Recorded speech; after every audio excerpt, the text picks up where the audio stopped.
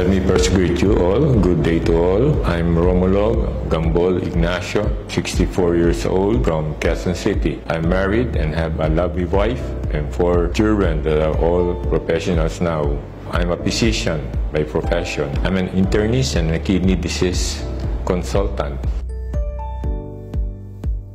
I graduated from medical school 1983. I graduated from fellowship in kidney diseases 1990. So as a consultant, it's about 22 years now that I'm a consultant. Lately, because of my diseases, which I will later expound further, I'm just on a twice a week consultant at a dialysis center. Before, I was even going out of town to the province of Pampanga, Angeles City. But now I cannot do it anymore, especially during the pandemic year. So now I'm just on twice a week. Right now, there are 2. First, I was diagnosed with a kidney failure the year 2019. That's a pre-pandemic year, October, where I have undergone my first dialysis. And the second is my cancer, squamous cell cancer.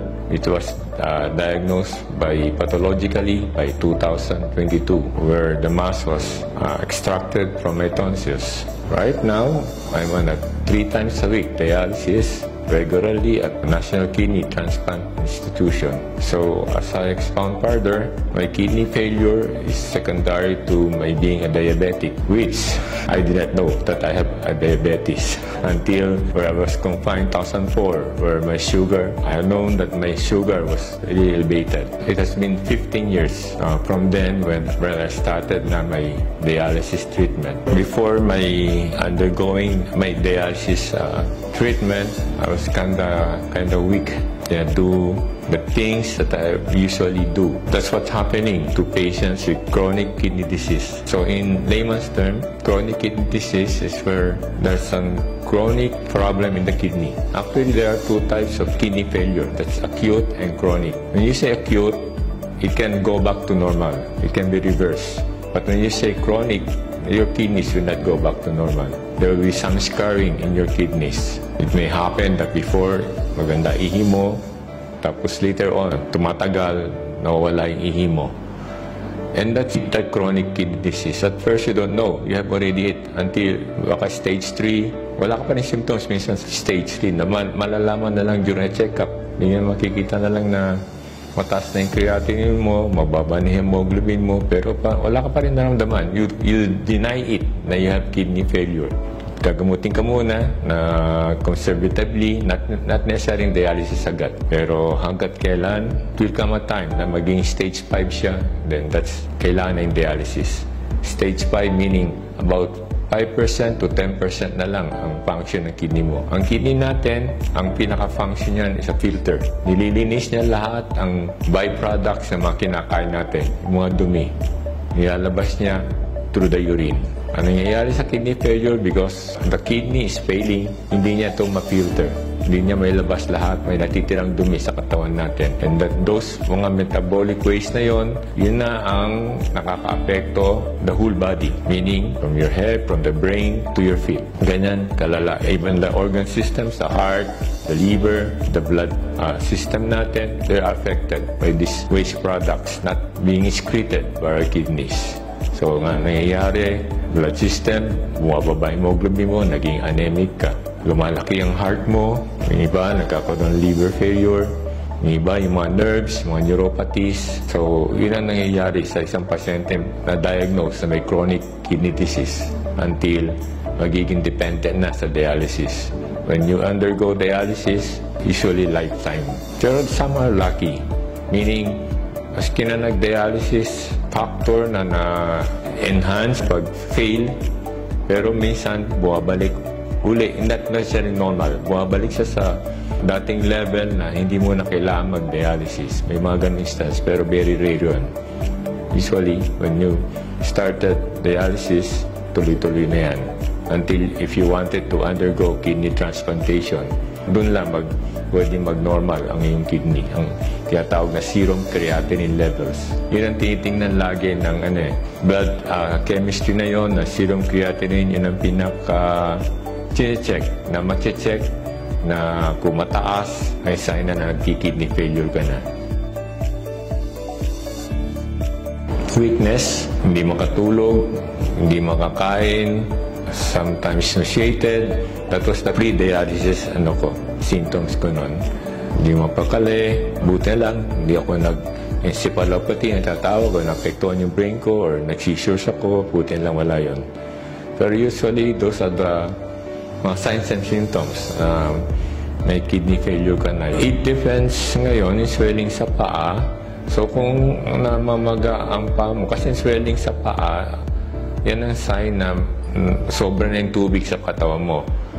Usually, nangyayari ito sa mga pasyenteng kumukonti na yung ihi nila, nagiging oliguric na tinatawag. Kaya pag uminom sila marami, ang nangyayari, bumababa yung tubig, namamanas yung paa mo.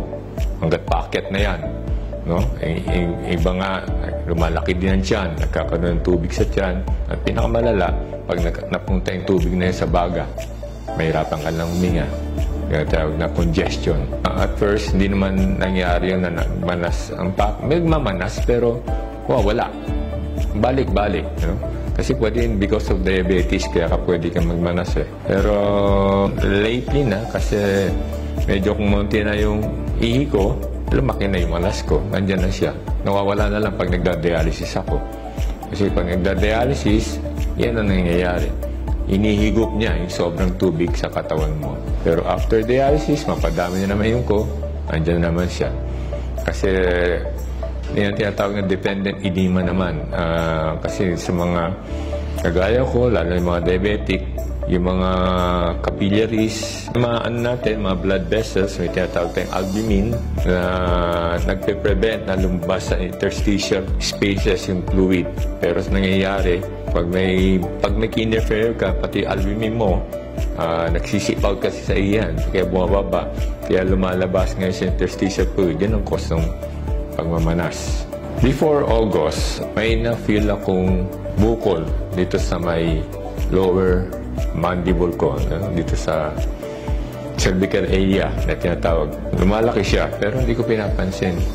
Kasi ang reasoning ko, yung anak ko kasi, nagkaroon din siya ng bukol dito sa ilalim. Pero ang na-trace yun, merong salivary tract niya is barado. So yun na lang inisip ko.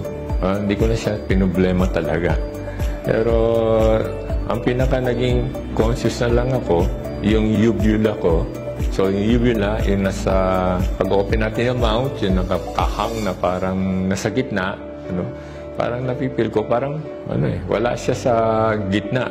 parang nawala. Parang napupus. So, early August, nag-consult na ako sa ENT friend ko, which is my classmate in medical school. And upon looking at it, nakita nga niya, may mass yun sa may tonsils ko, which was impinging on my tonsils and pushing the uvula. And there, sabi niya, I have to go on operation. So, nag-work up, and August 22, I was operated on.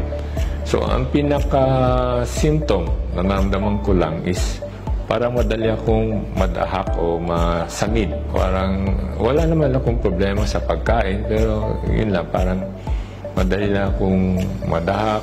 Saka minsan pag pinipili kong madahak, merong blood na lumalabas sa laway ko. Doon na pala galing yun. It was operated and the mass was checked, and it was squamous cell carcinoma of the tonsils. And upon looking at our books, it's having it's an aggressive type of carcinoma. So usually affected non mga lymph nodes. So yun yung bukol na nakapako sa right side ng neck ko, doon galing siya.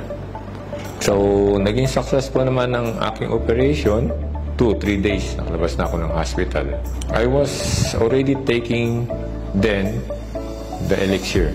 Even before the operation, sa kakulitan ng aking wife, kasi hindi ako masyadong believe sa mga ganyan supplements. Pero sa kakulitan niya, she gave me once a day of that capsule, elixir.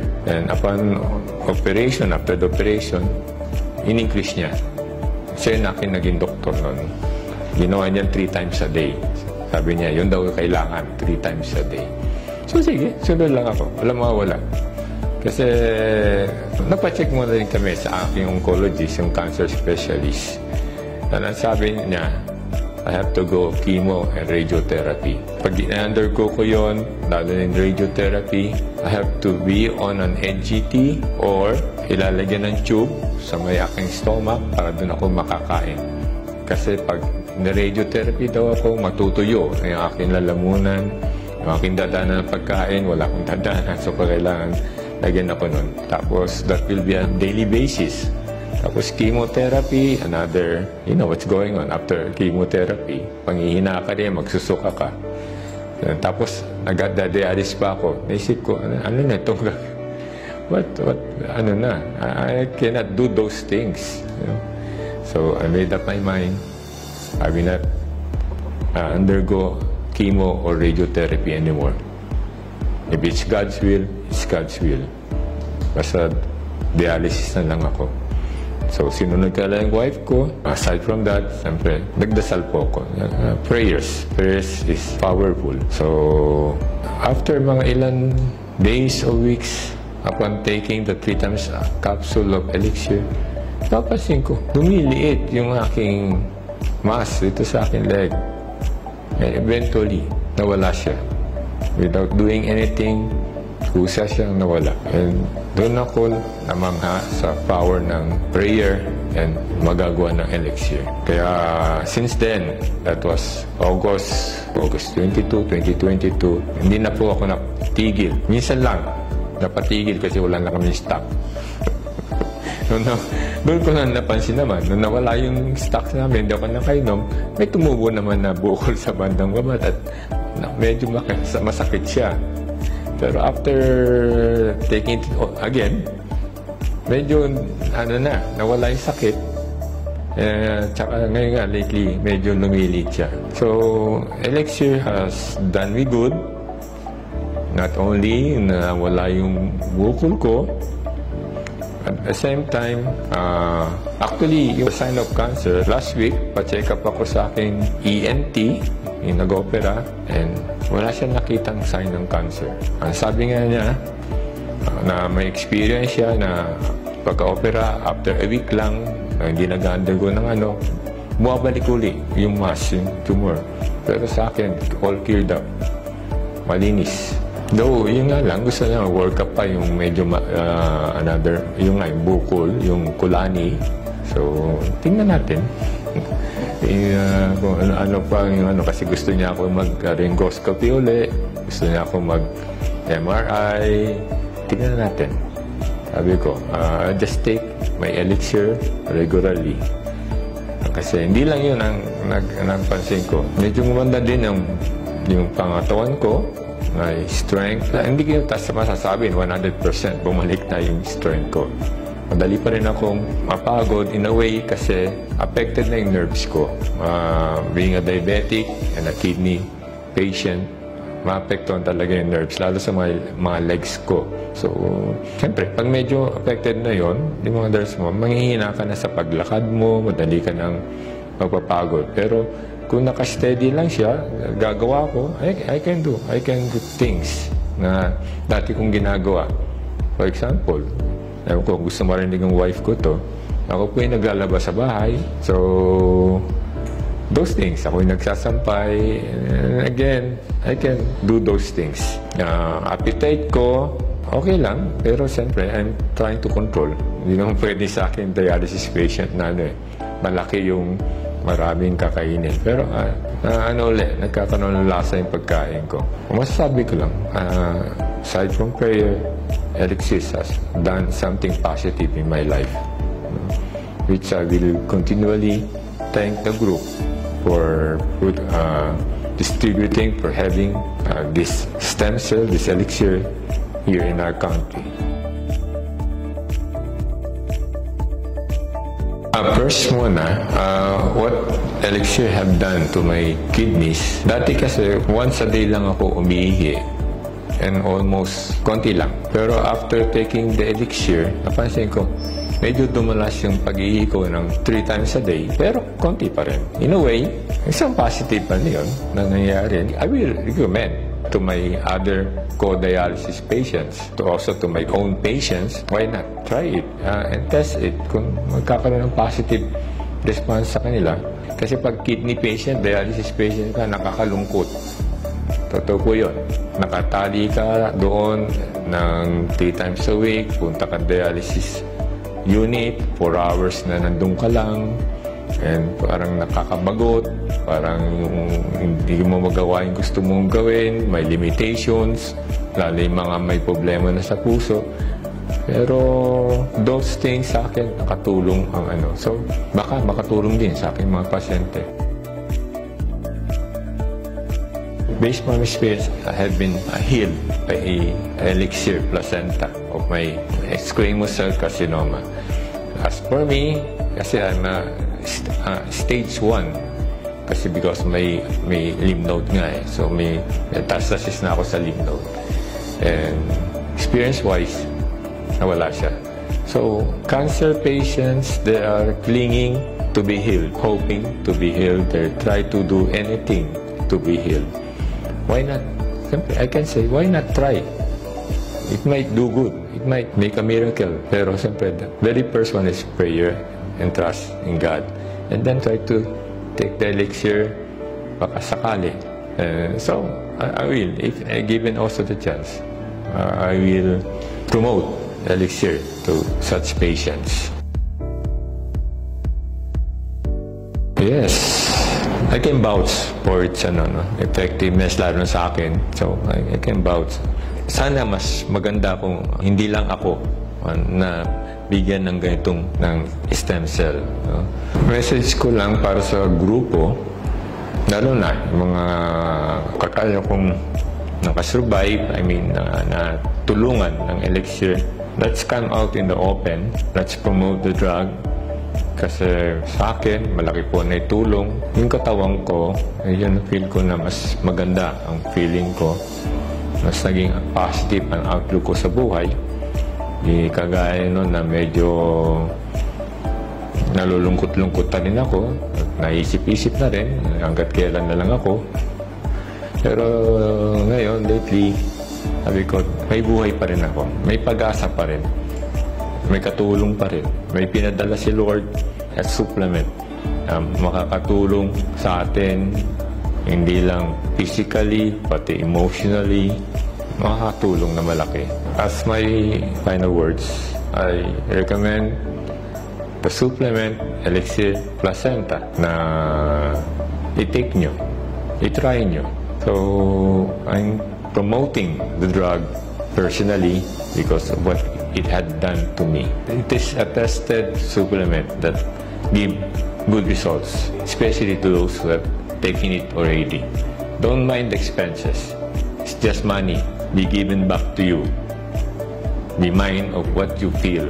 Be mind of can do after. This is my message to those na may mga malubang sakit, kagaya ko, cancer, kidney disease, and the likes. If you're losing hope, don't lose hope. Binigay ni Lord sa atin ang Elixir Placenta.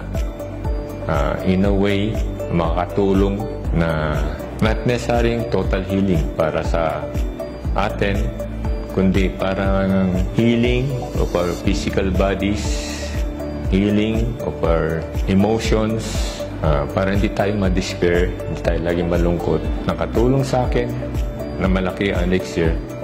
And I know, based from my experience, na kayo din, matutulungan kayo. So try the supplement. It will do us good. This is the Elixir Placenta that I was talking about earlier, and miracle supplement that can help us, can give us good quality of life. So sa mga kapwa ko na pasyente na may problema sa kidney, sa cancer, and sa iba pa mga sakit na malubha, based from my experience, I challenge you now, try it. Elixir Placenta and see the difference of what it will do in your life.